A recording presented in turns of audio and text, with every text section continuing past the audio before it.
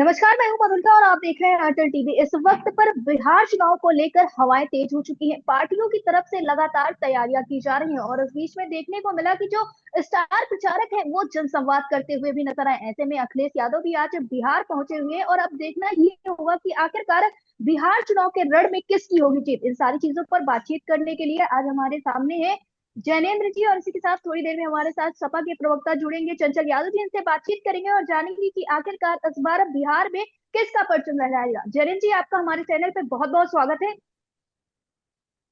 जैनेन्द्र जी, जैसा कि जी। देखने को मिला कि अभी एनडीए के साथ महागठबंधन के बजाय आप लोग अलग से चुनाव लड़ रहे हैं, तो क्या कुछ तैयारियां चल रही हैं? आप लोग अकेले चुनाव लड़ रहे हैं, तो जनता का रुख किस तरह से देखने को मिल रहा है?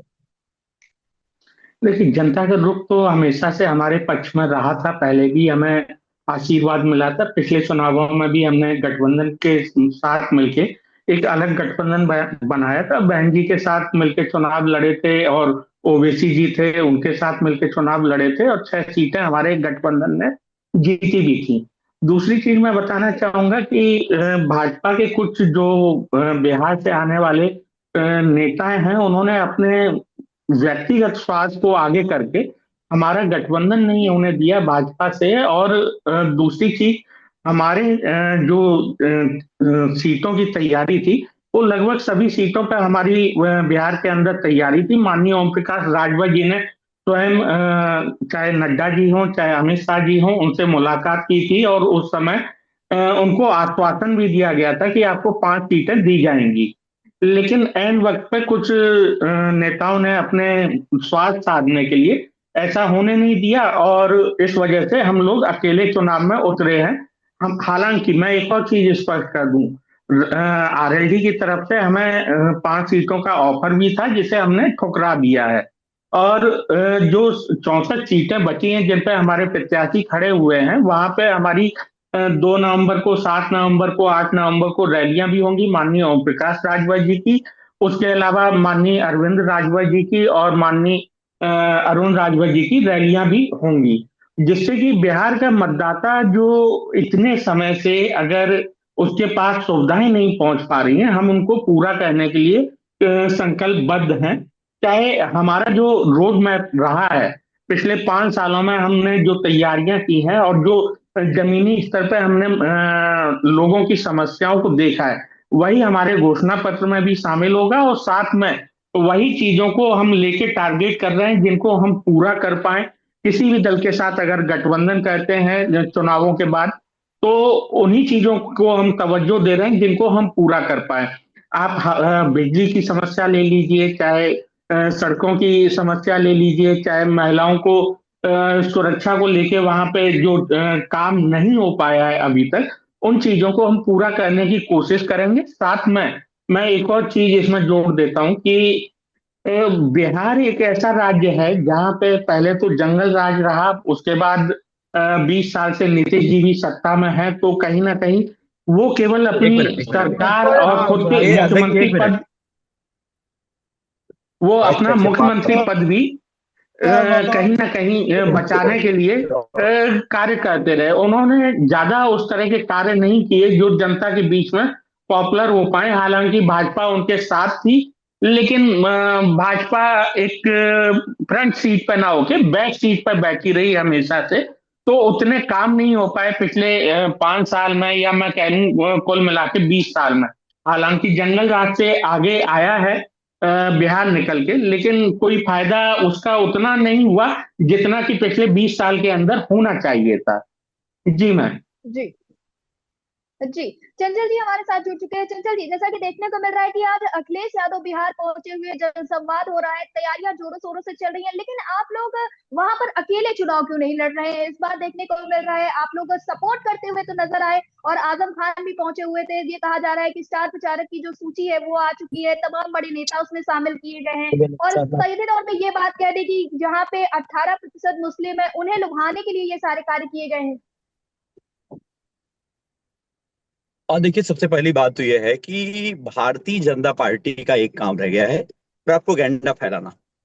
और भारतीय जनता पार्टी के लोग और एनडीए एनडीए अलायंस के लोग बतावें कि किस तरीके से पूरे प्रदेश में 243 सीटों में केवल 5 सीटों पे मुस्लिम प्रत्याशियों को प्रत्याशी बनाया है।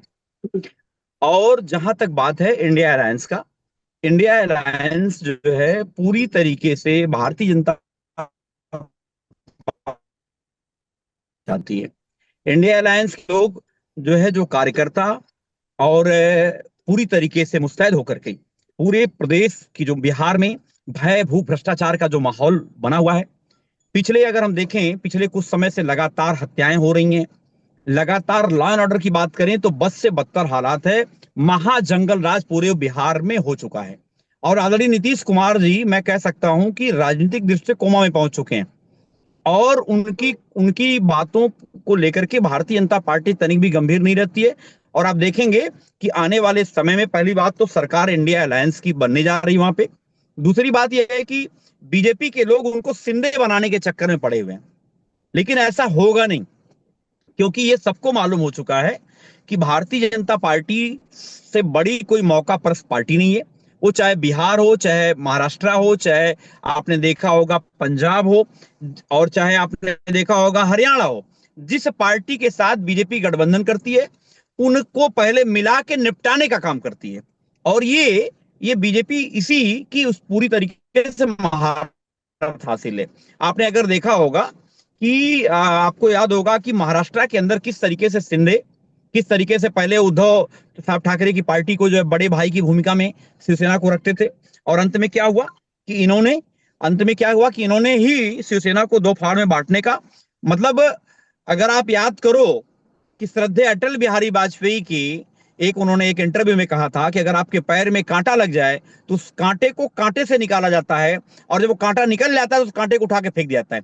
तो आप सोचो, जिन पार्टी के महापुरुषों को ये सोच हो कि भाई जो है कि पार्टी को तोड़ो, निपटाओ और फेंको, तो इस सोच को मेरा ख्याल है कि आदरणीय नीतीश कुमार जी को भी समझ लेना चाहिए था, लेकिन समझ नहीं पाए अभी तक वो।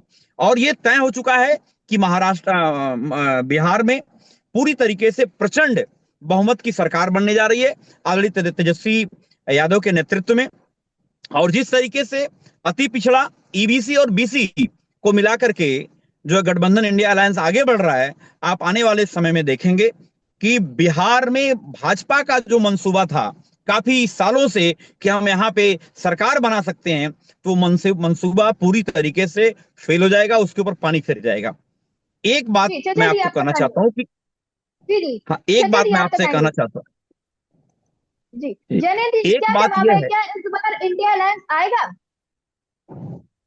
एकदम नहीं, 100% इंडिया अलायंस आ मुझे रहा है। इसमें नहीं, मुझे इसमें संशय लगता है कि इंडिया अलायंस सत्ता में आ पाएगा। मैं उसके कुछ कारण भी बता देता हूँ कि जिस तरह से आपकी पार्टी की राजनीति शुरुआत है। में आरजेडी ने शासन चलाया 15 साल, तो बिहार को बीमारू राज्यों की श्रृंखला में शामिल कर दिया जाके, और वो बिहार को पिछले 20 साल से, चाहे एनडीए गठबंधन वहां पे सत्ता में रहा है किसी ना किसी तरीके से 20 साल, तो उसने उभारने की कोशिश की, लेकिन वो भी पूरी तरह से सफल नहीं हो पाया।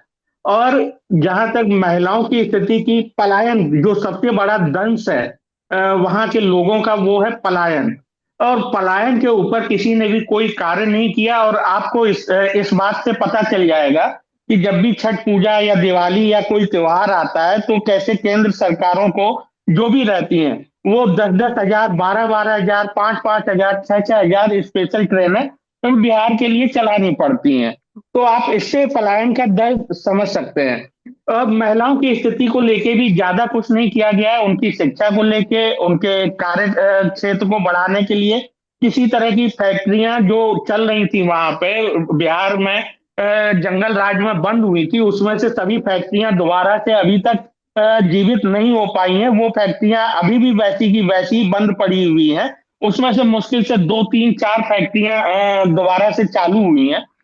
किसानों की जो हालत है बिहार के अंदर, तो मैं एक चीज स्पष्ट कर दूं कि बिहार के किसानों की हालत आज देश में सबसे ज्यादा गई गुजरी है, जबकि बिहार सबसे अच्छा फसल उगाने में सबसे आगे रहने वाला राज्य हुआ करता था किसी जमाने में। लेकिन आज वहां के किसानों की हालत आप देख लीजिए, मंडियां नहीं है कहीं भी, चारों तरफ युवाओं को रोजगार नहीं मिल रहा है, ये तो खुद सरकार भी मान रही है, और विपक्ष में जिन्होंने कुछ दिन सरकार के साथ मिलके सत्ता चलाई थी, तेजस्वी यादव जी ने, वो भी मान रहे हैं कि रोजगार की कमी है।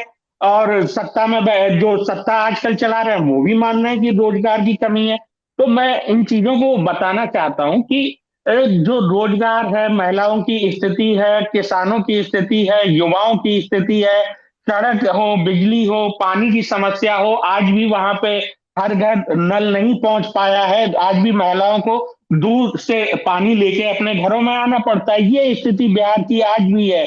आज भी बिहार पूरे भारत की बनस्पत हजारों मील पीछे खड़ा हुआ है। आपको अगर कहीं देखना है तो आप बिहार की तरफ देखिए कि बिहार कैसे आज भी एक तरह से पाषाण युग में जी रहा है। हम उसको दूर करने का कार्य करेंगे, इसकी मैं गारंटी देता हूँ। माननीय ओम प्रकाश राजभर जी ने पिछले 5 साल में वहां बहुत से कार्यक्रम किए हैं, जनता के बीच संवाद किया है, जनता के बीच से ही जो लोग हैं उनको टिकट दिए गए, ना कि किसी फिल्म स्टार को या किसी साधु महात्मा को या बड़े लोगों को अब टिकट एक दिए गए मिनट जिनका जनता के साथ कोई मैडम संवाद ही जरा, नहीं है। जी चर्चा जी, मधुलिका जी, क्या कितने, जी जी अब देखिए ये हमारे क्रांतिकारी साथी, मैं तो इनसे ये कहूंगा कि जो पियर का गमछा टांग के बैठे हैं ये किसी थाने में न पहुंच जाए, नहीं तो पुलिस वाले आजकल बहुत पियर का गमछा वालों को ध्यान दे रहे हैं, भाजपा की सरकार वाले।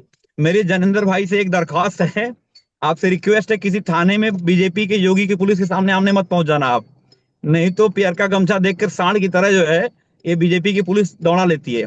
दूसरी बात मैं कहना चाहता हूं कि बिहार में आप एनडीए अलायंस के बाहर लड़ रहे हैं, तो पहली बात तो आप जो ये बातें कर रहे हैं, आप ही कह रहे हो कि ये बीजेपी, आपको ये बात कंफर्म, आपने कह रहे पलायन हो रहा है, और 20 साल से जो सरकार में है वो पलायन नहीं रोक पा रहा है। और 20 साल में नीतीश कुमार, आदरणीय नीतीश कुमार की अगर हम बात करें तो सबसे बीमारू राज्य अगर कोई है तो आज बिहार है।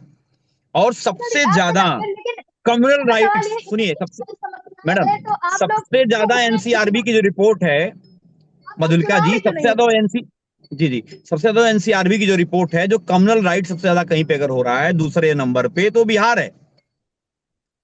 तो सबसे ज्यादा भेदभाव उत्तर प्रदेश में हो रहा है। आपने देखा होगा जिस तरीके से योगी सरकार में आज जाति को, धर्म से और क्षेत्र को क्षेत्र में लड़ाने का जो काम बीजेपी के लोग कर रहे हैं, और जो इनके साथ घटक दल हैं, आदरणीय राजभर जी जो सामाजिक न्याय की बात करते थे, मैं तो, हम लोग तो उनके मुंह से सुनना चाहते हैं कि आदरणीय राजभर जी अब सत्ता में बैठे हुए हैं, मंत्री बन के बैठे हैं, तो कम से कम सामाजिक न्याय न्याय का कम से कम सामाजिक शब्द तो बोल दें, लेकिन उनके मुंह से निकलना बंद हो गया।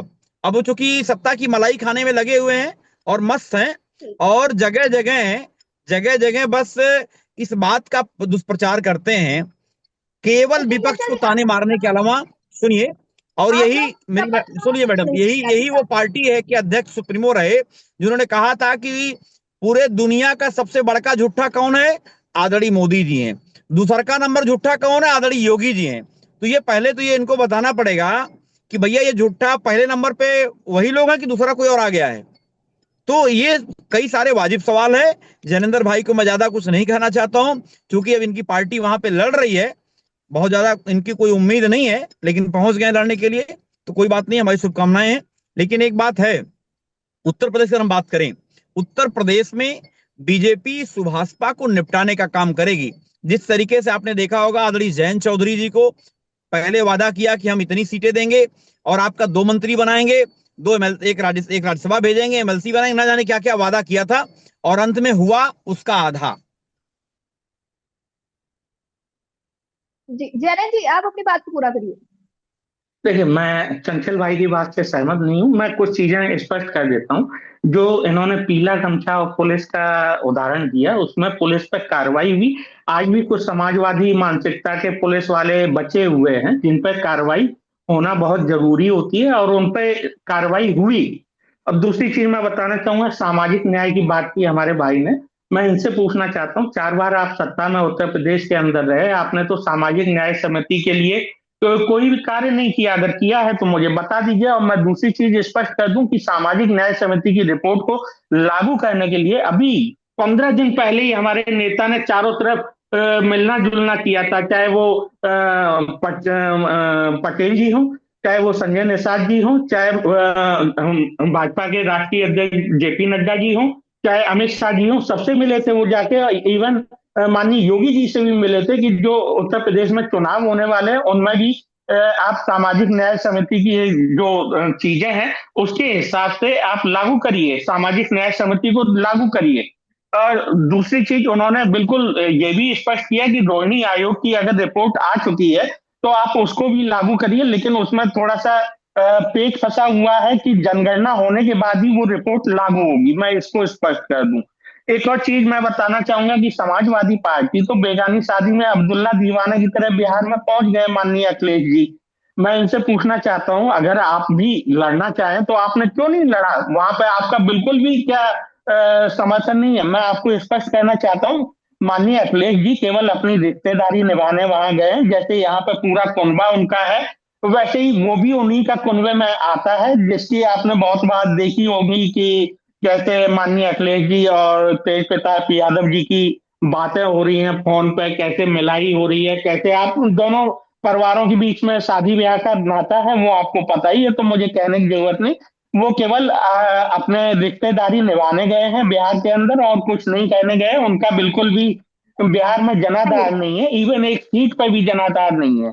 तो उनको चंचल जी, अपना स्टैंड अभी जैनेन जी भी कहते हुए नजर आए कि आप लोग वहां पर सिर्फ रिश्तेदारी निभाने गए हैं अपनी।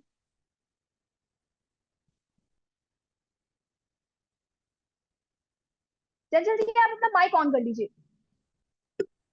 जी देखिए, अभी हमारे साथी ने कहा कि सामाजिक न्याय की जो बात कर रहे थे, इनको पता होना चाहिए उत्तर प्रदेश पहला राज्य था जहां पर जो है मंडल कमीशन की सिफारिश सबसे पहले लागू हुई और श्रद्धेय नेताजी की सरकार थी। ये इनको पता होना चाहिए। आज श्रद्धेय नेताजी की देन है कि कहार कुहार बढ़ई ठठे धोबी केवट कुर्मी मल्ला लोग प्रधान बनने लगे, ब्लॉक प्रमुख बनने लगे, जिला पंचायत अध्यक्ष बनने लगे और जो है पंचायत की बड़ी बड़ी सीटों पे जाने लगे। ये श्रद्धेय नेता लागू हुई। तो जरा बढ़ा करके जैनेंद्र भाई बोलिए, क्योंकि हम लोग जो है भारतीय जनता चंचल पार्टी भाई के को साथी नहीं स्पष्ट है, कर दूं। क्योंकि बीजेपी बड़का झूठा, सुन लीजिए नहीं जैनेंद्र नहीं भाई, नहीं, सुन लीजिए, मैं बड़का एक झूठा चीज। पार्टी कि आप हाँ गठबंधन में सुनिए ना भैया भैया भैया भैया, प्लीज प्लीज दोस्त सुन लीजिए। बड़का झूठा पार्टी गठबंधन में है तो संगति का बहुत बड़ा असर होता है। कदली सीप भुजंग मुख एक स्वाति गुण तीन, जैसी संगत बैठी हो तैसो ही फल दिन। आपने सुना है ना, को पढ़ा होगा आपने, शायद रहीम को आप लोग मानते भी नहीं हो। मैं ये कहना चाहता हूं कि एक बात तो तय है कि बीजेपी के साथ गठबंधन करके आदरणीय राजभर जी को मंत्री पद तो मिल गया है, लेकिन पार्टी खत्म होने जा रही है। ये बात को आप नोट कर लेना। दूसरी बात यह है कि अगर उत्तर प्रदेश में अगर हम बात करें आज के समय में, तो आप बताओ कि विश्वविद्यालयों में एनएफएस के नाम पे जो बेईमानी हो रही है, क्या राजनीति की हिम्मत है बोलने की? आप मुझे बता दो, 69,000 शिक्षक की भर्ती के घोटाले में एक बार आप सत्ता में बैठे हो, क्या आप बोलने की हिम्मत रखते हो क्या? जिस दिन आप बोल दोगे, जो स्टूल मिला हुआ है ना, जो स्टूल मंत्री बने बैठे हैं आपके मंत्री, उठा के स्टूल नीचे से खींच लेंगे वो लोग। आपको याद होगा आपके आदरणीय बड़े नेता अरविंद राजभर जी को किस तरीके से ब्रजेश पाठक ने जो है घुटने पे टेकवा की माफी मंगवाई थी, नहीं माफी मंगवाई थी। तो जो ये व्यवस्था है, उस व्यवस्था में सामाजिक न्याय की बात करने वाला आप हक खो चुके हो। अब कोई बात नहीं कर सकते आप लोग। आप याद है कि नहीं याद है मऊ वाले जो घोषित वाले लोकसभा चुनाव में आदरणीय पाठक जी ने कहा पहले नीचे आओ और घुटने पे टेक कर झुक करके सबसे माफी मांगो। आप सोचिए, ये सामान्य बात नहीं है। जी जैनेन जी, अपनी बात को मैं आप 2 मिनट में पूरा करिएगा, हमारे पास वक्त का अभाव है। जी, मैं एक चीज स्पष्ट करना चाहूंगा कि मंडल कमीशन 1993 में सुप्रीम कोर्ट के आदेश के बाद लागू हुआ था। और दूसरी चीज, हमारे नेता माननीय अरविंद राजभर झूठ जी बोल बड़े रहे, बूढ़ों अरे का मैडम सम्मान करना सुनिए चाहते हैं। सुनिए सुनिए और कैसे, नहीं नहीं नहीं, एक सुनिए, मिनट चंचल भाई, आपका माननीय आपका सुप्रीम नंबर कोर्ट आएगा, के बस आधार पर दस अगर लागू 10 सेकंड होता तो सुन लीजिए। 27% मैं आरक्षण अब मैं मध्य सुन प्रदेश में लीजिए, पहले लग गया सुन होता। लीजिए, सुन अभी लीजिए, 16% आरक्षण। सुन लीजिए। भाई नहीं नहीं क्या नहीं, बातें सुन बोलते लीजिए। हो आप? माननीय अरविंद राजभर जी ने कैसे बड़े बूढ़ों को सम्मान दिया जाता है और वो उन्होंने करके बताया। लेकिन बड़े बूढ़ों को सम्मान माइक छीन के दिया जाता है, ये समाजवादी पार्टी में जाने के बाद ही आपको पता चल पाएगा। चाचा जी को धक्का देके ही ये लोग सम्मान देते हैं। ये लोग अरे भैया सम्मान भूल गए पैर छू के नहीं आप देते भूल हैं, गए उनसे जो हाथ जोड़ के नहीं लेते हैं। 2022 के मैं एक विधानसभा चीज और चुनाव स्पष्ट, में आदरणीय मैंने अरविंद बता तो राजभर जी दिया पर्चा दाखिल कि करने गए थे, नहीं नहीं भारतीय नहीं, जनता पार्टी के वो लोगों ने वहाँ इस तरीके आरएसएस से से और अपमानित किया, भाजपा बेइज्जत के किया, बुजुर्ग और नेता समाजवादी बैठे लोग हुए थे लाठी वहां लेके पे। खड़े हुए, तब जाके मान सम्मान बच पाया था। वहां भूलो मत आप इस बुजुर्ग बात नेता को। बैठे हुए थे सभी, अब और सब देखो, मैं सही बात बुजुर्गों से बता कैसे रहा हूँ, आपको आशीर्वाद मिर्ची दिया लग रही जाता है। है, ये हमें आपसे सीखने की जरूरत अब नहीं देखो, है। जो आपको धक्का संगति का देके असर और है, खैर आपको। माइक छीन के आदर सम्मान देते हैं अपने बुजुर्गों को। मैं एक और चीज स्पष्ट करना चाहूंगा कि समाजवादी पार्टी ने हमेशा, चाहे पीडीए का नारा देते हैं, पीडीए का मतलब ये परिवारवादी डेवलपमेंट अथॉरिटी, अपने परिवार को आगे बढ़ाने का काम किया। एक समय में तो इनके परिवार और कुनबे के 67 लोग सत्ता की मलाई चाट रहे थे कहीं ना कहीं बैठ के। कोई ग्राम प्रधान था, कोई ब्लॉक प्रमुख था, कोई कोऑपरेटिव बैंक का अध्यक्ष था, कोई एमएलए था, एमपी था, पता नहीं क्या क्या थे। मैं दूसरी चीज स्पष्ट कहना चाहूंगा कि समाजवादी पार्टी को अपने ऊपर कार्य करने पड़ेंगे उन चीजों को लेके जो उन्होंने 4 बार सत्ता में रहने के बाद भी पूरे नहीं किए और जिनका वादा किया था। आपने देखा होगा कैसे समाजवादी पार्टी समय में 2012 से 17 के बीच में यहाँ उत्तर प्रदेश में जंगल राज जैसी स्थिति उत्पन्न हो गई थी। आए दिन चारों तरफ दंगे होते थे। यहाँ पे माताओं बहनों का रात को सड़क पर निकलना, अरे 5 बजे जैनेंद्र 6 बजे भाई, के बाद अंधेरा एक होने बात के बाद बताओ, एक निकलना बात बताओ, मुद्दूबर एक हो बात गया था। बताओ। ठीक है आज, जी जी, आप बिल्कुल कुछ भी कह सकते हैं, लेकिन अरे आज आपका उत्तर शासन प्रदेश जनता ने देखा एनसीआरबी है। की आप रिपोर्ट नहीं 10 साल पढ़ते हो से क्या? इसी वजह से अब बाहर है, आपकी गलती नहीं है, क्योंकि भारतीय जनता जनता ने पार्टी का आपका काम ही शासन झूठ का देखा प्रचार है। करना। ठीक है, और वही भारतीय जनता और पार्टी का मैं नारा है, मेरा झूठ सबसे मजबूत। सुनिए दोस्त, भारतीय जनता पार्टी का नारा है, मेरा झूठ सबसे मजबूत। ये भारतीय जनता पार्टी के लोग कहते हैं, वो असर आपके ऊपर है। मैंने भी रहीम कभी की लाइन पढ़ी थी, मैं ज्यादा उस पर नहीं आना चाहता, ज्यादा आपको टर्चर नहीं करना चाहता। मैं एक बात जरूर कहूंगा कि मेरी शुभकामनाएं हैं दोस्त, आदरणीय राजभर जी जो है कम से कम अपनी पार्टी को बचावें, नहीं तो बीजेपी वाले जो है निगल जाएंगे। जैसे महाराष्ट्र में आपने देखा होगा शिवसेना को, जैसे आपने देखा होगा पंजाब में अकाली दल को, आपने देखा होगा हरियाणा में जो एक पार्टी से गठबंधन किया था तोड़ करके, और आपने देखा होगा दूसरा, पहले बिहार के अंदर ही पशुपति पारस जी को पहले मिलाया, फिर चिराग को निपटाया, फिर चिराग को मिलाया, फिर पशुपति पारस को निपटाया। तो ये भैया, अब आप देखो, हम तो आपको सचेत कर रहे हैं क्योंकि आपके शुभचिंतक हैं। इतनी बात है, मैं जरूर कहूंगा कि देखिए सुनिए, इतनी बात मैं जरूर कहूंगा कि पहले आदरणीय राजभर जी हमारे साथ में थे, संगति का असर था, सामाजिक न्याय की बात करते थे, कहते थे कि दुनिया का सबसे बड़ा झूठा अगर कोई प्रधानमंत्री है तो आदरणीय देखिए प्रधानमंत्री चंचल जी भाई, मोदी मैंने जी है। अभी अभी स्पष्ट कर दिया सुनिए है, ना, आप जाके देखिए अभी यूट्यूब पे या अरे भैया अभी गूगल भी पे सर्च आप करिए। देखिए ना, अब 15 आप दिन हमको पहले बता रहे हो, 15 दिन हम तो ये पहले कह ही रहे हैं हमने जैनेंद्र भाई, सामाजिक न्याय हम समिति तो की ये कह लड़ाई रहे हैं, लड़ी है हम और तो ये कह सभी रहे से हैं मिलके कि आए हैं। चाहे अनुप्रिया भाई आप पटेल ये जी हो, बताओ चाहे कहाँ पे, शर्मिला जी हो, कहाँ चाहे पे जेपी नड्डा जी अमित हो, शाह चाहे जी को अमित शाह जी मोदी जी हो, को चाहे गुजरात भेज रहे माननीय थे, योगी जी क्या हो, कुछ जाके हम करेक्ट लोग कर लिया सबसे आदरणीय मिले राजभर जी? हैं। और बाकायदा हमने तो आह्वान किया कि बाबा को आप घंटा लोग भी बजाने के लिए भेज रहे थे। सामाजिक न्याय, नहीं आप भी साथ में आइए सामाजिक न्याय समिति की रिपोर्ट को लागू करवाने के अरे लिए। तो आप सत्ता में आपने तो बैठे हो, सामाजिक जारी न्याय कर, हम समिति कह की रहे हैं लागू रिपोर्ट को कराओ ना। कूड़ेदान में डाल दिया हम था। तो कह रहे हैं, आप बताओ 2001 वो कहाँ में बैठा दिया, लागू सामाजिक कराओगे न्याय आप? समिति की आप रिपोर्ट सत्ता में बनी थी, बैठे हो ना, उसके बाद से 2 बार आप सत्ता आप में बैठे सत्ता हो, में आ लागू कराओ चुके ना। हैं। लेकिन लेकिन जैनेंद्र हम भाई तो कह चलो रहे छोड़ो, हैं आप सामाजिक भी न्याय आइए। समिति की रिपोर्ट मत भाजपा भी लागू कह कराओ। रही है, भाजपा के आप कई केवल लोग एक कह रहे बार हैं, मुंह से बोलो भाजपा के उप कि मुख्यमंत्री बीजेपी कह रहे वाले हैं 69,000 सामाजिक न्याय शिक्षक समिति की भर्ती रिपोर्ट घोटाले में लागू होनी बेईमानी चाहिए। किए हैं। लेकिन एक आप बात भी बोल दो, आगे हिम्मत है आइए। तो, ठीक है, एक बात लेकिन बोल दो, अगर आपको हिम्मत अगर बोलने की आपके अंदर जरूरत हो, नहीं है, मैं क्योंकि गारंटी सामाजिक देता न्याय हूं समिति कि की अगले दिन रिपोर्ट को बीजेपी ना वाले लागू पेपर बना करके करके आपको प्रवक्ता एक पद से हटा देंगे, अहम मैं गारंटी भाई देता को हूँ। कितना फायदा पहुंचाया है। जैनेंद्र भाई आरक्षण अगर को आपकी हिम्मत है, दरकिनार केवल किया एक गया बात, आपके शासनकाल।